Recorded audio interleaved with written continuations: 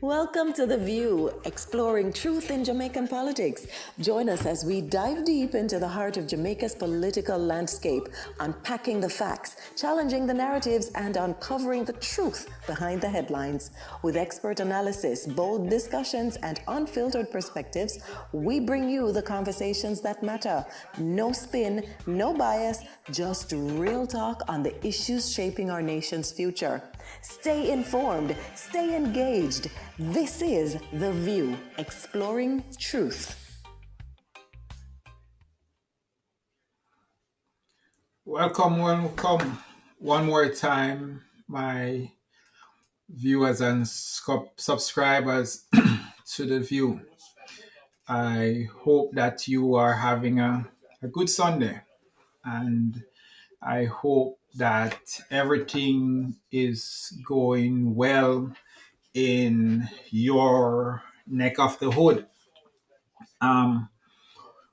Today, I will be doing what I consider some heavy lifting. I will be looking at as you know, it is budget time in Jamaica. We have already heard from the Minister of Finance and her opposition counterpart. So today I will be making a few maybe small comments on their presentations, and then I will be going into something that I think is necessary to comment on, and that is a presentation that was made by former Prime Minister Patterson recently.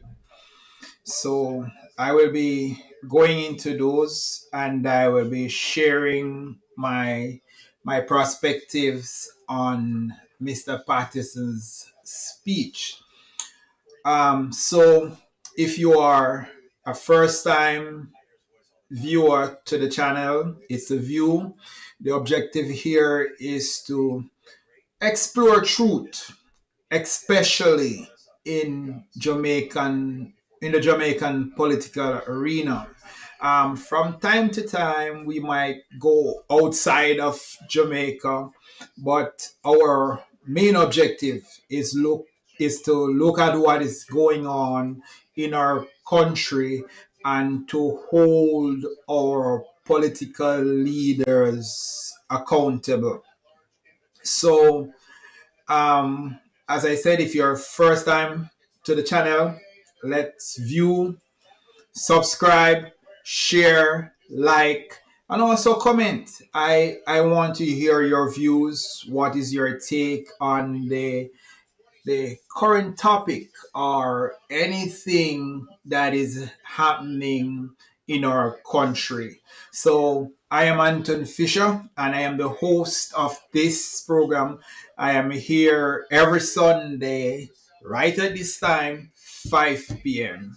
So right away, let's kick things off, and I'm going to go to the budget debate. So the finance minister, Mrs. Favour Williams, would have made her presentation last Tuesday, followed by our opposition counterpart, Mr. Julian Robinson, on Thursday. So it was Mrs. Williams' first presentation as finance minister, but also importantly, the first female finance minister in the history of Jamaica. So congratulations, Mrs. Williams. As expected, she outlined how the government is going to finance the 2025-26 budget, and also had a lot to give. She came with changes to the student loan where students will get a longer time to pay back, moving from 7 years to 10 years, I think, which is good.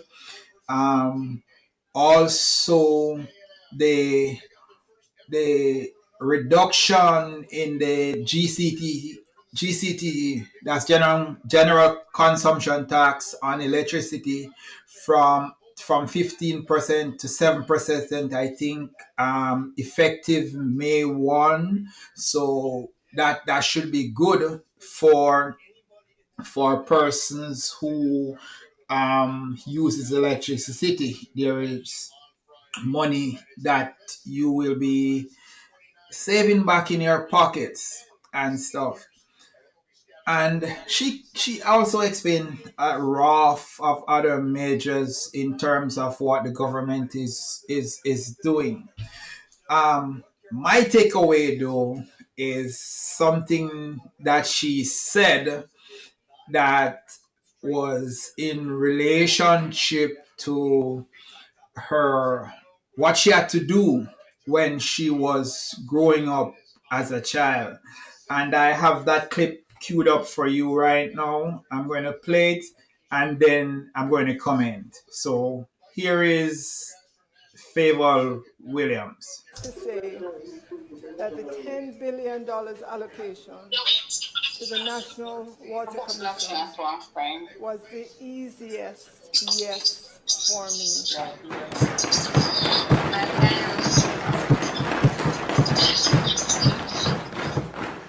I remember as a child in Dixon that we either had to have a tank in our yard or a drum to catch rainwater in order to have water for cooking, bathing, washing our clothes, and all the other things we do with water. Madam Speaker, even though we had a tank in our yard, the tank leaked, and so unless rain fell heavily, the tank was generally dry. Madam Speaker, I remember many school mornings in order to tidy up to go to primary school, that as children, me, my younger brother and sister, and other children in Dixon had to go to the one government public tank to catch water in a pan, put the pan of water, yes.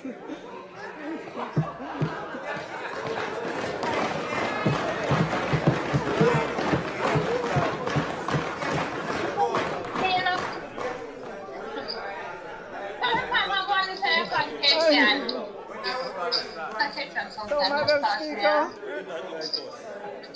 yes, in order to tidy up to go to primary school, that as children, we had to go to the one and only government public tank to catch water in a pan, put the pan of water on our heads with a cutter under it,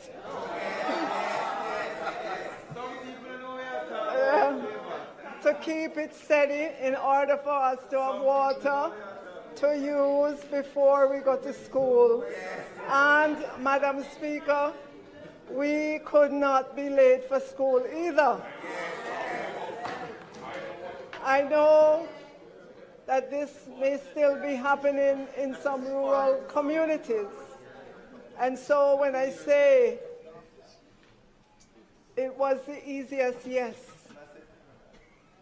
in terms of the $10 billion to NWC, it is because I lived the experience of an ordinary Jamaican.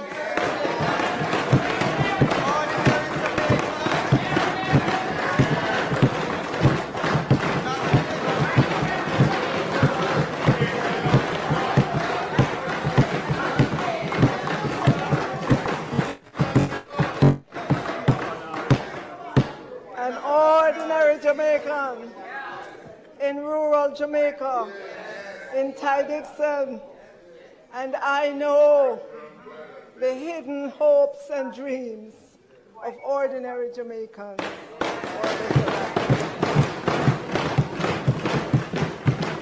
They want running water in their bathrooms, in their kitchens, and available for them when they need it. Madam Speaker, this government will continue to work to make that happen for every Jamaican household. So there you have it. That's Minister Val Williams sharing a personal experience in terms of when she was growing up. And why that resonates with me is because I lived that type of experience too. Growing up in Westmoreland, I had to carry water on my head. I still have something that will live with me for my entire life. If you could look right here, you would see a mark right here. This was me carrying water from the river to the house to fill up the drum. And I slide with the bucket and it fell back and hit me in my face. So I have that mark until this day. So I appreciate the effort that is being placed on ensuring that person have this precious commodity in their house, not to necessarily have to do like what I had to do to go to the river and struggle with those buckets to fill the drum on a Saturday to ensure that we have water to drink and to tidy up when we're going to school during the week. So that was my takeaway from Mrs. Williams' presentation. Of course, she has a lot of other things to say, but for me, that was personal. So she spoke, the opposition spokesman on finance also spoke, and in the lineup, I think it's the opposition leader next on Tuesday. The Prime Minister followed, and then Minister Williams will come back to close the budget debate. Speaking about the opposition spokesman, he made his presentation on Thursday, and he made heavy weather over the $160 billion that the government will be borrowing to finance the budget. So I also have a clip from Mr. Robinson. So here's what Mr. Robinson have to say, and then I'll make some comment on this particular part of his presentation. Madam Speaker, Mr. Speaker, for the upcoming year, the government plans to borrow $158 billion to help finance the $1.3 trillion budget. The current fiscal year ended, the government borrowed approximately $198 billion. And for full transparency, Mr. Speaker, let me share with the House. The total public debt stock is estimated to reach $2.2 trillion at the end of fiscal year 25-26. By the end of fiscal year 28-29, the government projects that it will rise to $2.34 trillion. But other people have been saying that we don't need to borrow and that we've been using our own resources to fund everything, right? And it is inaccurate, and that is why I'm clarifying. So that is Mr. Julian Robinson. And I have some comment where that is concerned, because if I should interpret correctly, Mr. Robinson, is basically claiming that the government is lying about their microeconomic affairs. Just to break down that that 160 billion that the government will be borrowing, 70 billion will come from $70 billion will come from overseas aids, while another 90 billion will come from bonds and treasury bills. The 70 billion is recurrent and capital payment, something that government all across the world access for a wide range of projects. And these monies would normally come from like the IDB and the World Bank. So that's the reason why those funds are there. They're there for governments to access, to use to finance necessary projects in developing countries, and that's why it's called developing countries and stuff. Then the 90 billion is used to refinance debt. And I just want to break down this for you when I say refinancing debt. Because take for an example, say for like now, we know that the interest rates on housing is pretty high now. So if you should buy a house now, say at 7% interest, but 2 years later or 3 years later, you get an offer to refinance that mortgage, say at 4%. What that does is lower your monthly payments. So it creates a window for you to have lower monthly payments so you can save some of what you are spending. So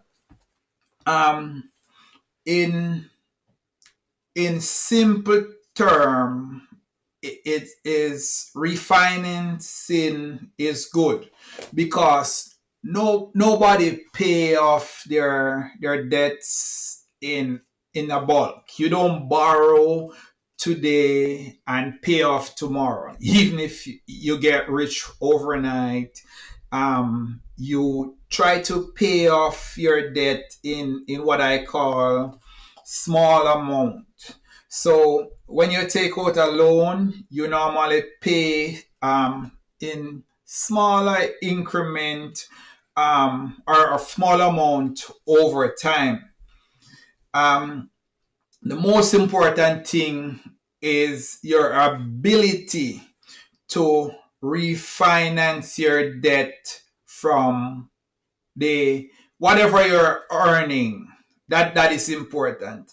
And Mr. Robinson knows this. But as you know, we're talking about politics. Elections is in the air, and why Mr. Robbins would tend to frame it that way. All right, so as I said before, the budget is open. We heard from two of the presenters so far. Let's watch and see what the opposition leader will have to say this Tuesday, and followed by the Prime Minister on Thursday and the Minister of Finance next week, I think. All right, so let's move on to my next topic for this week. Recently, former Prime Minister P.J. Patterson has re-entered the political arena.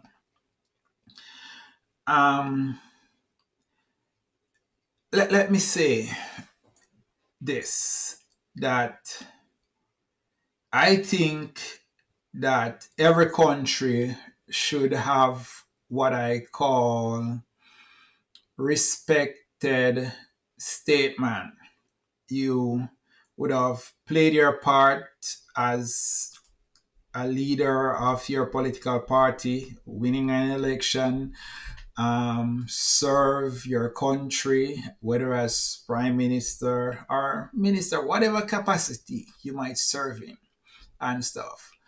But I think when you have done your part, you should put yourself in a position where you can speak to everybody on a non-political basis, that your views can be respected.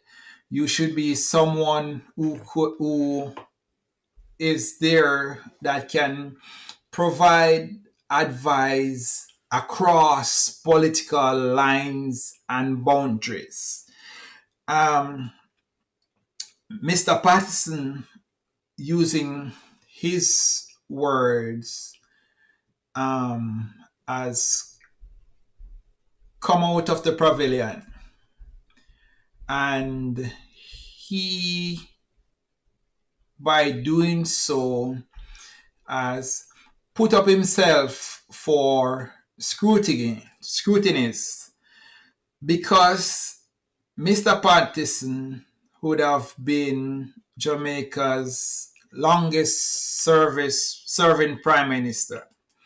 His prime ministership would have been for over 14 years. As you know, Michael Manley stepped down, and Mr. Patterson run an election against Mrs. Simpson Miller at the time, and he won and became the prime minister. And he went undefeated until May 30th, 2006, when he himself resigned.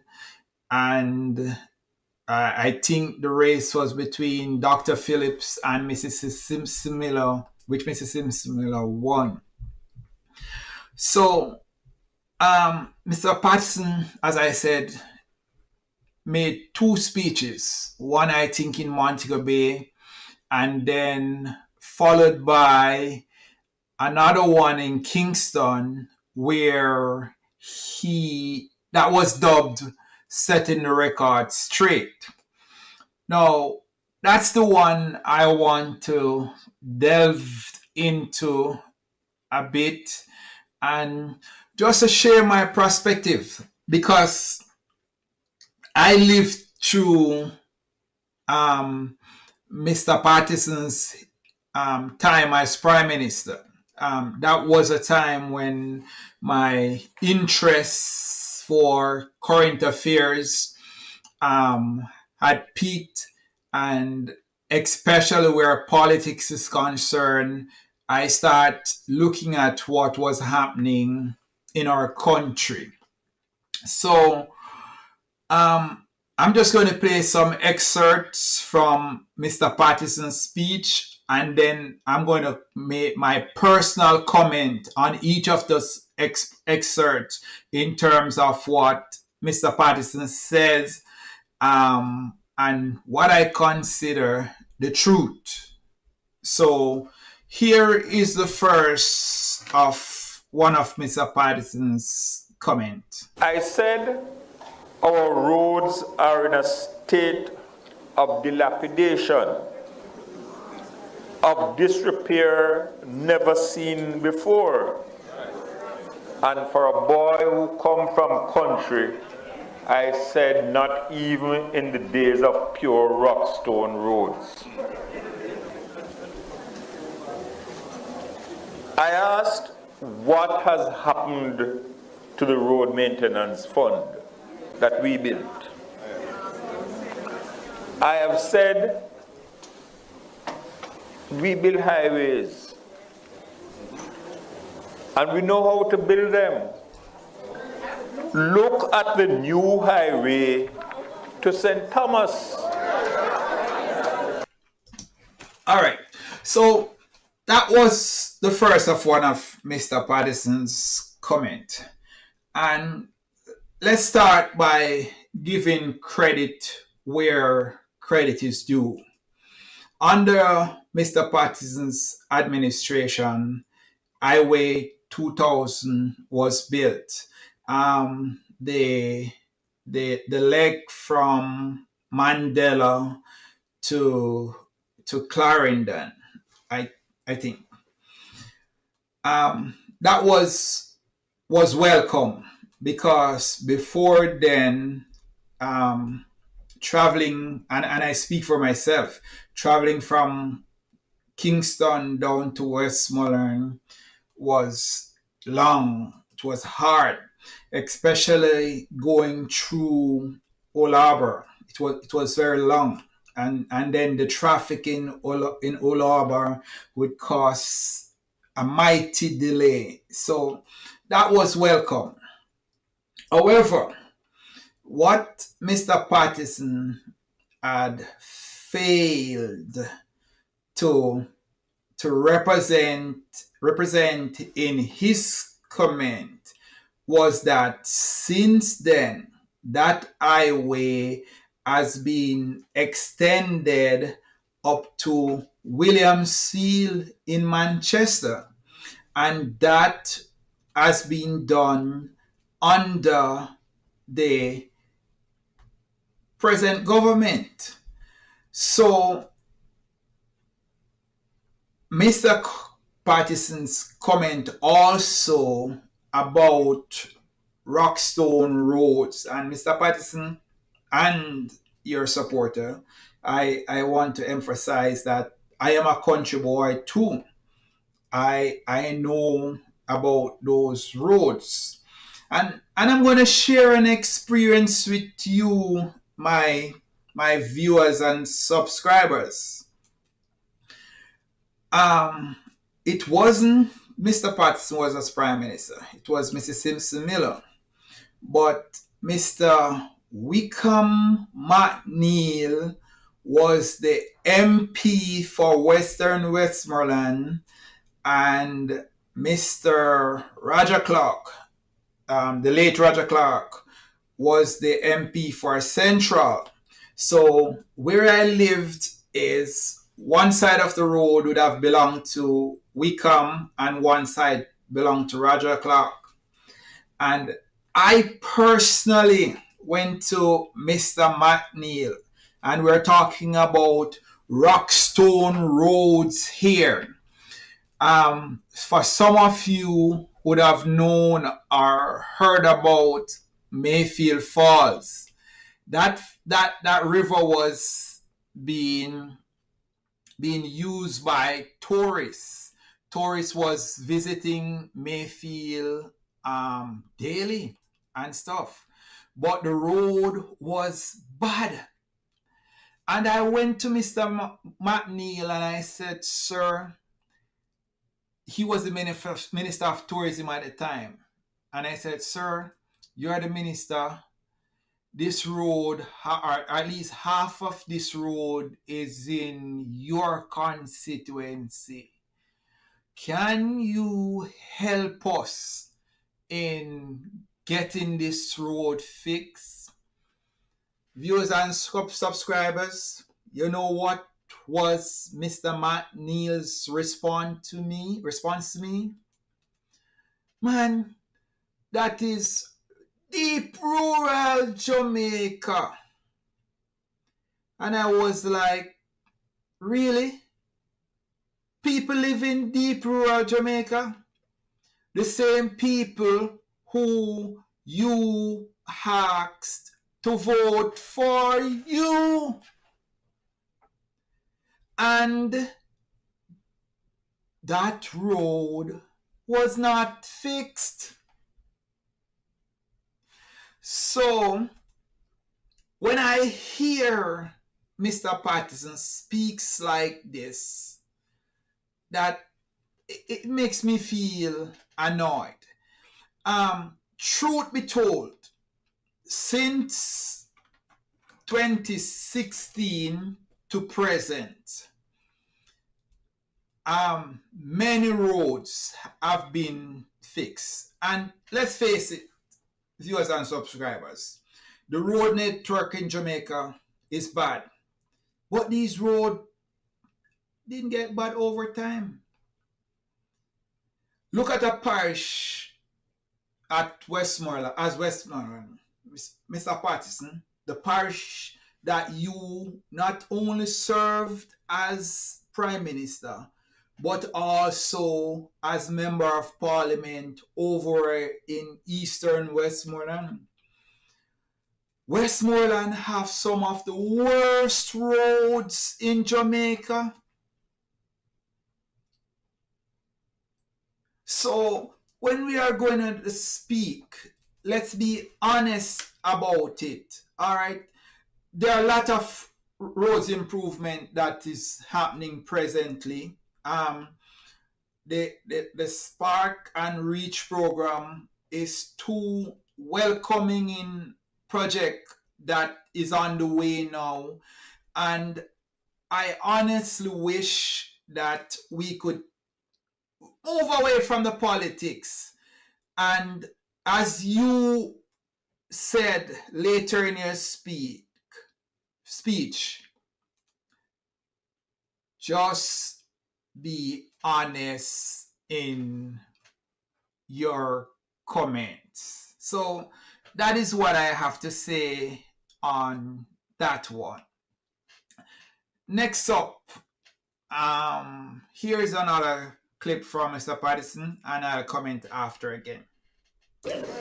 Now, you see what is already brewing between the Electoral Commission and the government. And all I would say is this. In 1967, I really learned from the GLP what gerrymandering was. But I never knew that you could gerrymander a whole parish. And again, all I would say, because I don't want to give any clue to anybody, there are some constitutional issues which will arise. And I miss the days when I could put on my gown and say, see you in court.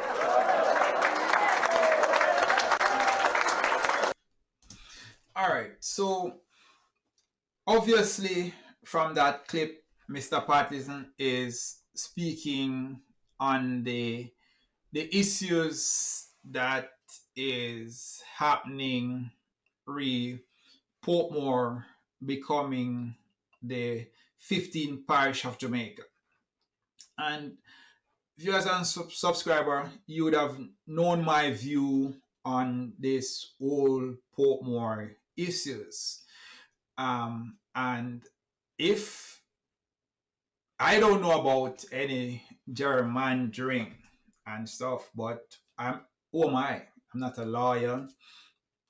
According to government, they have followed the constitution and what they need to do to make Portmore a parish.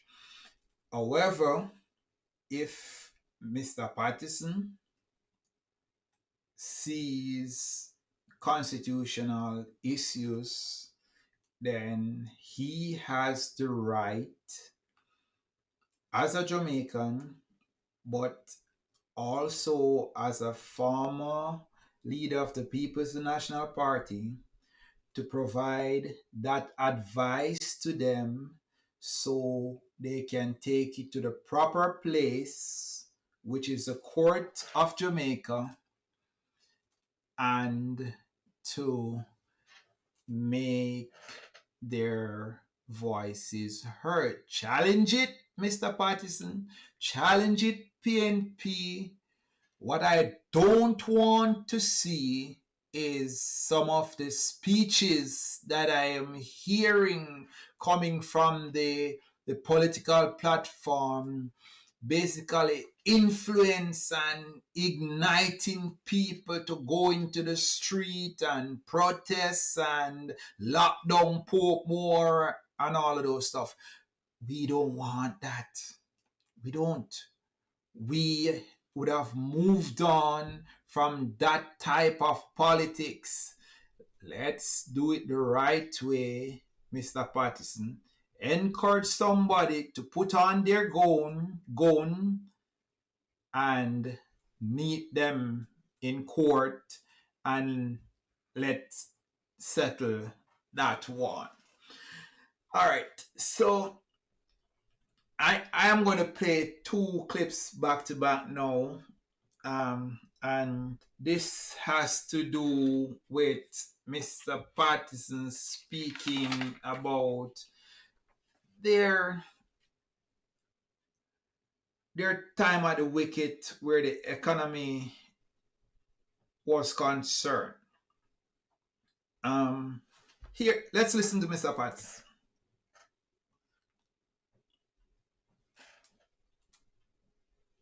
They want to perpetuate the myth that they were geniuses at managing the economy and the PNP mash it up. They won't tell you that the Bank of Jamaica had persons buying up US dollars on the illicit market. And notice I said illicit. It was done to prop up their bogus auction system of foreign exchange. They don't want to remind you that they had pre-sold bauxite and alumina, and also future revenues from cable and wireless. So we had no revenues to come from these sources. Julian, they are doing it again. And you are going to find that nothing is coming to you from the Norman Manley Airport. But they claim to be financial wizards. All right, so that's one clip from Mr. Patterson. Here is the second one. 1989,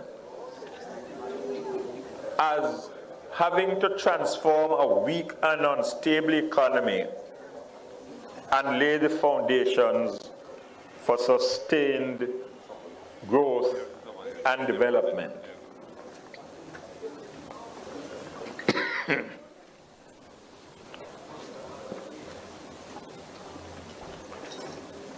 The man that they have vilified so much, the Minister of Finance, Omar Davies, he managed the macroeconomic indicators so well that we passed 12 IMF tests straight.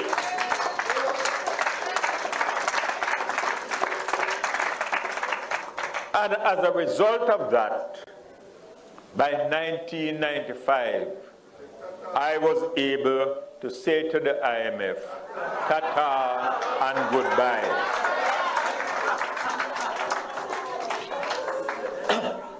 I'm coming now to an issue that is very much alive today. And it is about financial management.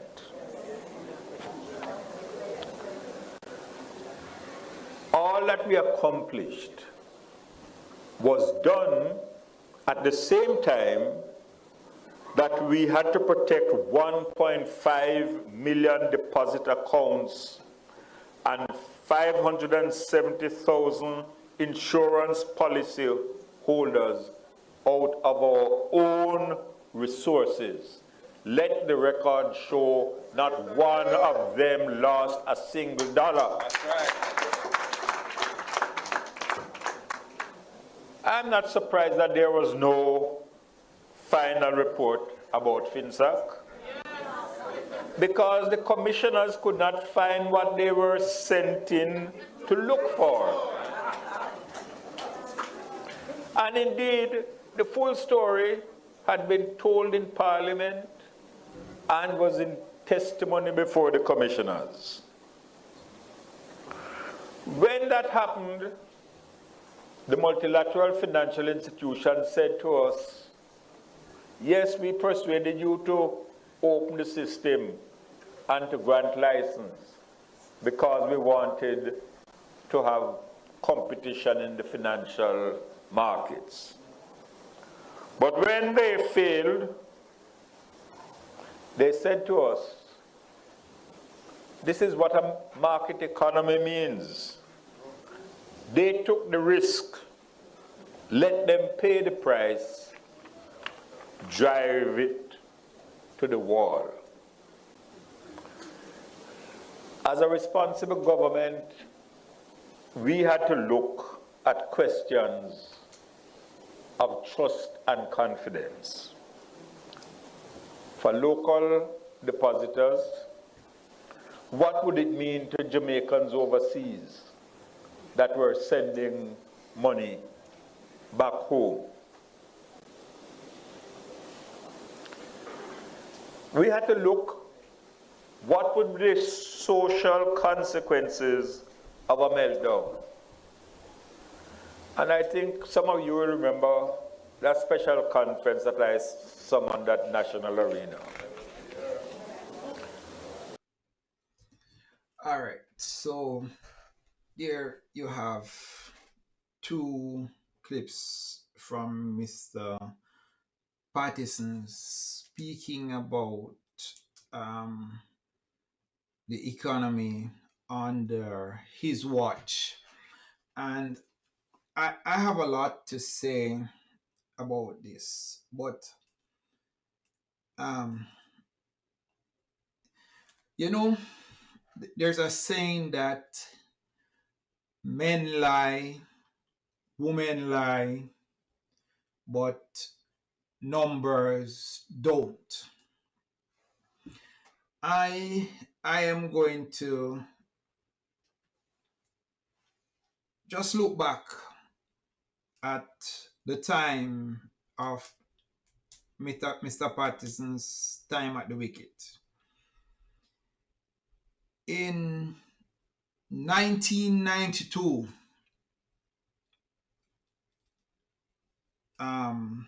at the start of Mr. Patterson's reign, the public debt was $60 billion. Remember, at the start of Mr. Patterson's reign or time at the wicket, the public debt was $60 billion. This is in 1992. In November 2005, when Mr. Patterson retired, the public debt moved from 60 billion, and hear this, to $830 billion. Again, 2005, when Mr. Patterson retired, the debt over that 14 years moved from 60 to $830 billion. Now, viewers and subscribers, let's take an honest look at that. would you consider that as good management? If you have your business and over 14 years you move your debt from 60 to 830 billion, what would that have done to your business?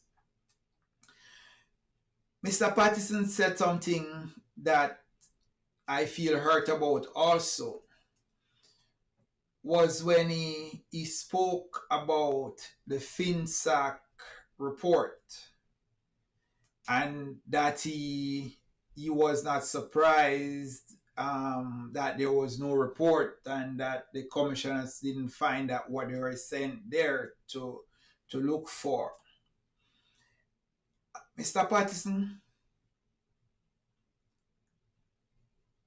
FinSAC caused many poor Jamaican, well, at the time were what we considered middle class Jamaican, to lose their savings, their investment.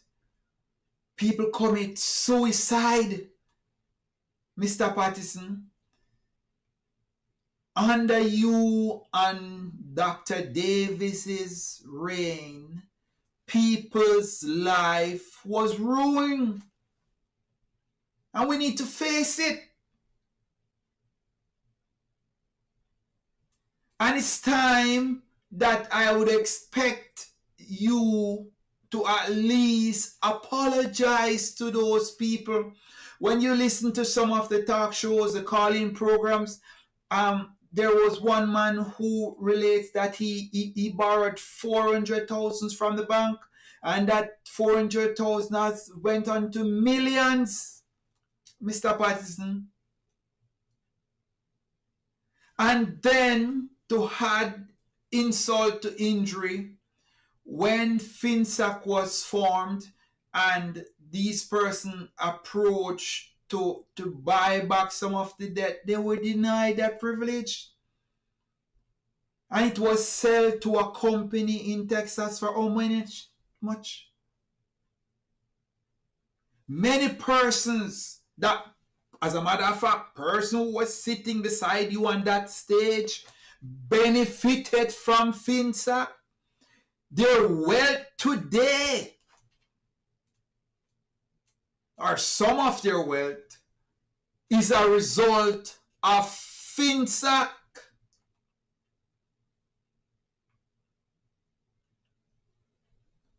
So if we are going to tell the story, and if we are going to set the record straight, Mr. Patterson, we must also establish that there was a lot of bad decision,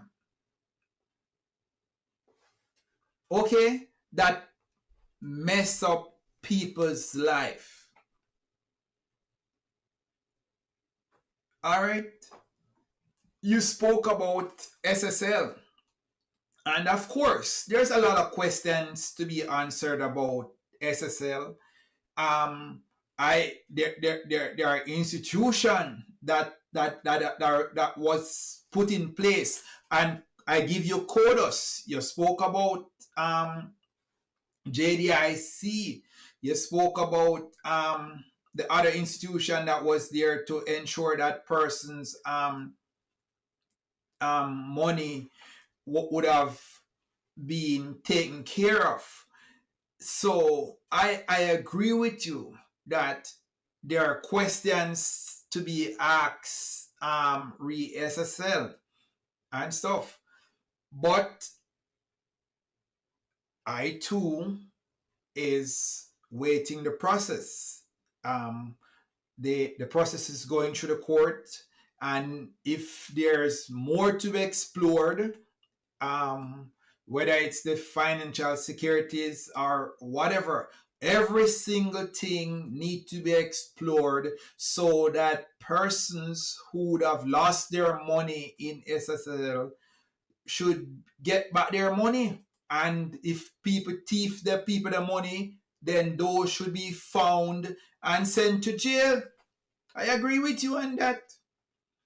But when you're going to bungle everything in one, I think that is a little bit disingenuous. All right? Because people not only lost their life savings during FinSac, people's lives were lost. People's lives were lost. And we got to face that. All right? All right. Next up, Mr. Patterson has something to say about the health sector. Here's what Mr. Patterson has to say. We don't believe in gimmickry about a free health system that has people waiting for days and days and days. It is on the verge of collapse. Let me refresh your memories. We upgraded and refurbished KPH, Mandeville, St. Anne's Bay, Cornwall Regional, Spanish Town, Bustamante Children. The new Maypen Hospital that we built is the only new hospital built over the last 50 years.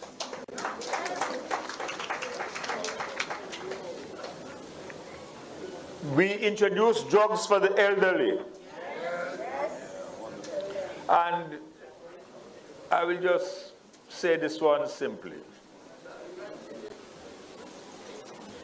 I heard them asking what would have happened if we had the COVID epidemic and the PNP was in power. And I asked them the question, how would they have survived COVID if it were not for the National Health Fund?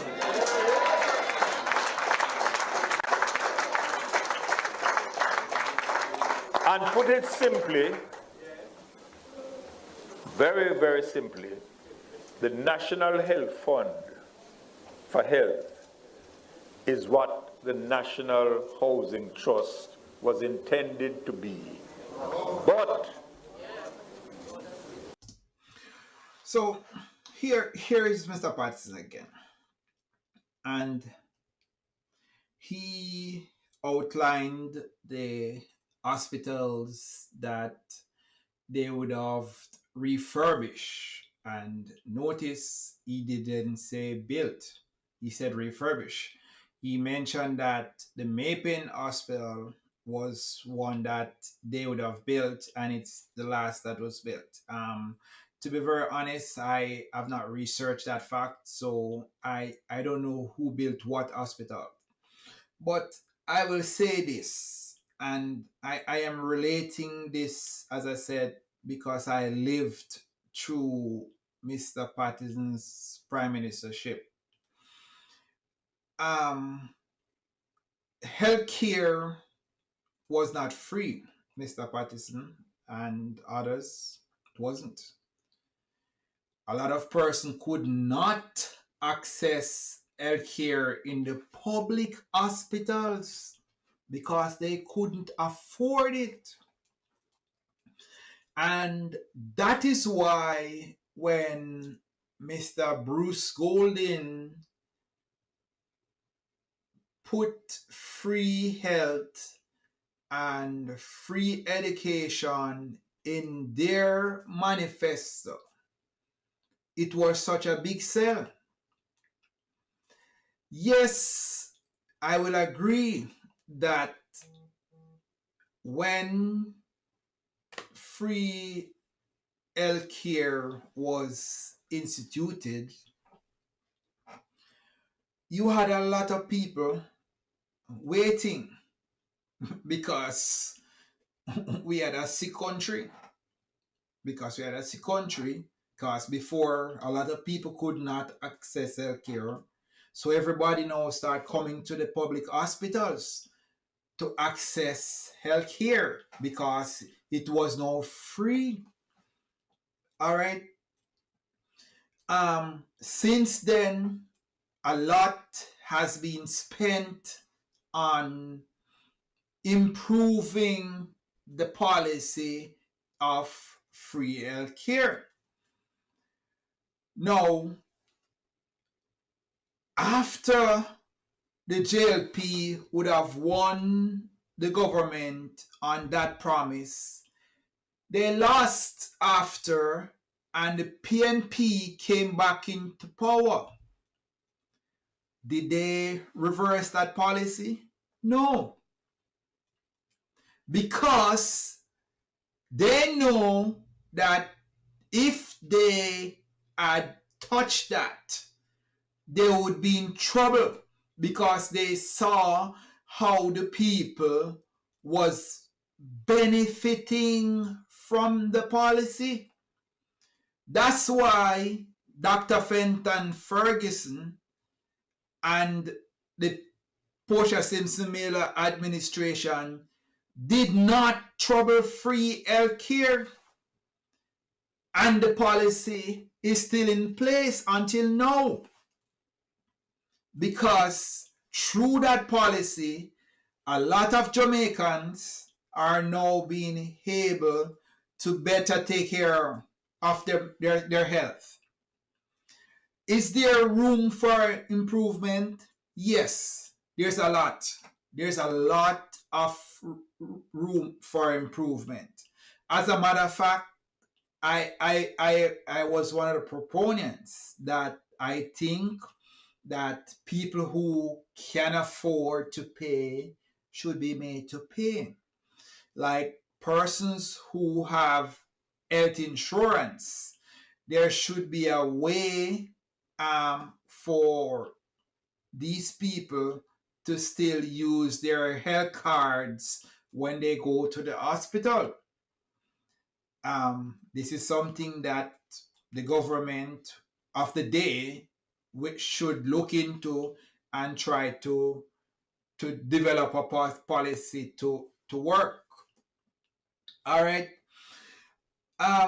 You made a comparison about COVID, Mr. Patterson. But before COVID, under a PNP administration, there was something called Chick V. And let's the truth be told, how that was handled was poor. It was poor. As a matter of fact, I think it cost a minister to resign, if my memory serves me correctly. So,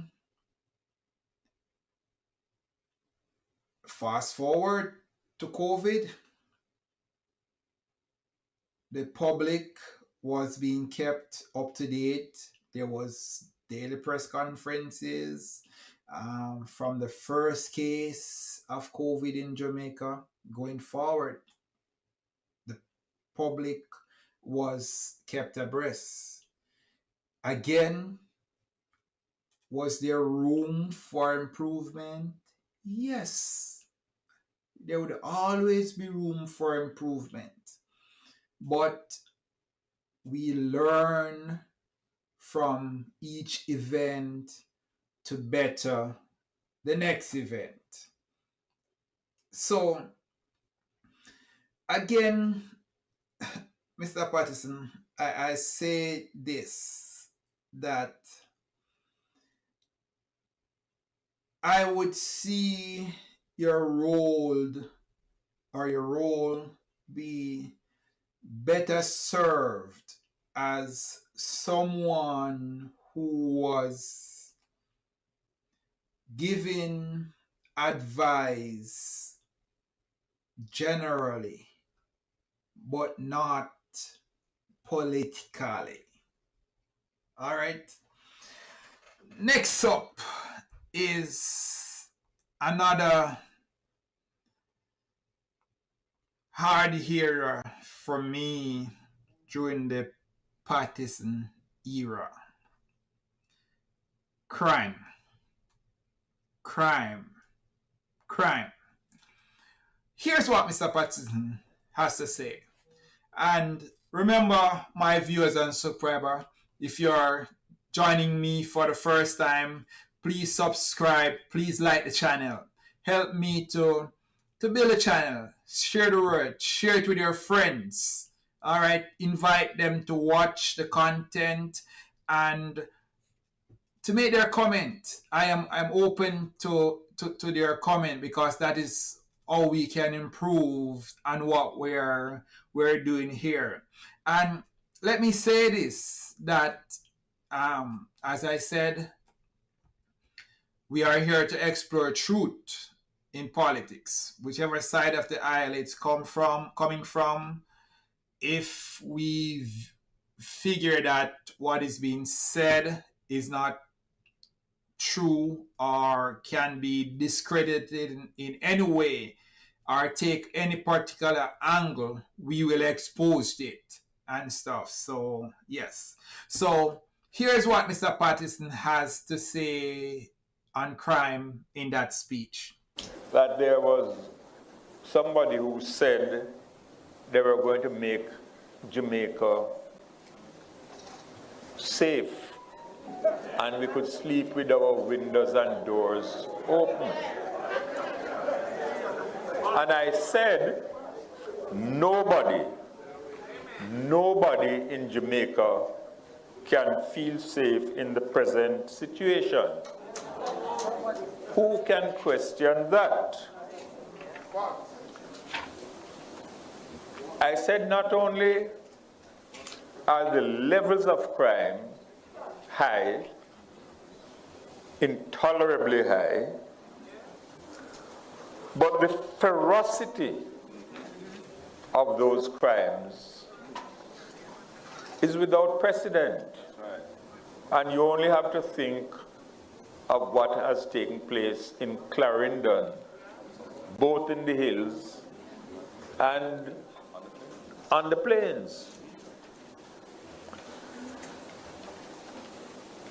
Crime can't be a political football. And I said then, and I repeat today, we are encouraged somewhat that there's a drop this year, but we have to go much further. So I will start with one of the comments that Mr. Patterson's made in that speech, that crime should never be made a political football. But sadly, in Jamaica, that is what has happened, is happening, and that even the police is being labeled as supporting different political parties whenever they are doing their job. I don't know if there's any truth to that. The police swore and are sworn to serve their country and to defend their country. And that's what I think the police is doing. Before I give you some numbers, a lot of you would have remembered the Tivoli incursion. The government, well, not the government, the security forces would have had the criminals on the run. They were like retreating. And at that time, the government needed bipartisan support to extend the public state of emergency. And the opposition refused to support the government. So guess what? The measure had to be stopped, and the criminals had time to regroup and to start their activities again. Mr. Patterson in the speech referred to a comment that was made by, I think it was a prime minister, who said that they want to bring crime down, that people would be able to sleep with their doors open. And of course, that should be the vision of any leader in our country. Okay? But I want to take a look at crime rate during the time that Mr. Patterson was at the wicket. And viewers and subscribers, you'd hear me use the word wicket or stuff because Mr. Patterson is a cricket fan. He loves cricket, and he is a term that he would constantly use. So Mr. Patterson started his tenure in 1992, as I established. And remember, I said numbers doesn't lie. So in 1992, 629 Jamaicans were murdered. In 1993, 654. 1994, 690. 1995, 718. 1996, 925. And in 1997, viewers and subscribers, Mr. Patterson, for the first time, Jamaica's murder rate hit 1,000. 1,038 to be exact. Then in 1998, 953. 1999, 849. 2000, 887. 2001, 1,139. 2002, 1,045. 2003, 976. And for the final 2 years, Mr. Patterson, 2004, 1,471. And 2005, 1,674.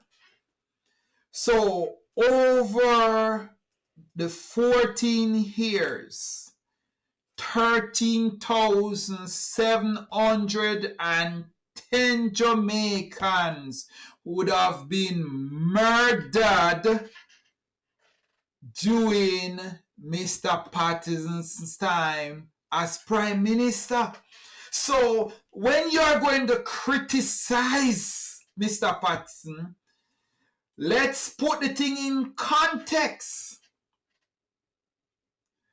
What amount of investment was placed in the security force during that time? I can recall this. Mr. Siaga would have been maybe the only politician who would have given gang leaders' name to the police. He was in opposition at the time, but he did. So I will start where I begin, that now that we are seeing some progress being made where crime is concerned in Jamaica, we should all come together and support the effort of the security forces. We should encourage the government to make all the necessary investment to ensure that we can take a hold on crime so we can reduce crime and to make our country better. All right? Crime should not be a political football. All right? So as I wrap, I have two more. Well, I'm just going to play one more short clip of Mr. Patterson and then my final comments. In the media who are always attacking us, particularly in broadcasting. Did it ever occur to them that but for what we did to open the media landscape, they would not exist? And hear me, I'm not asking them to modify their position. All I say, speak the truth and speak it ever, cost it what it will. Good point, Mr. Patterson. All right. And I say this, that whichever party in power, the media have a responsibility to speak. And most of the practitioners that I know in Jamaica, especially in broadcast media, they're not attacking the PNP or even the JLP. They're doing their job to bring the truth to the Jamaican listening or watching audience. That's what they're doing. The problem with politics and both political parties, when they are being called out on an issue, they classified it as being attacked. We're not attacking, or my friends in broadcasters media are not attacking anybody. All right, so let's set the record straight right there. Viewers and subscribers, that's where I'm going to stop this week. I want to thank you again for joining me. And remember, this is The View. This is a place where we explore truth in politics, current affairs, things that are happening in our country, and where we will try to just set the record straight using Mr. Patterson's term and stuff. So again, I'm encouraging you to like and subscribe to the channel. Share it with your friends. All right. Let's build a platform together. All right.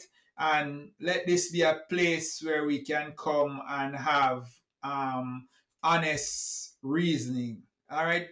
Until then, I am Anthony Fisher signing out one more time from The View. See you next Sunday, same time, same place. One love, Jamaica.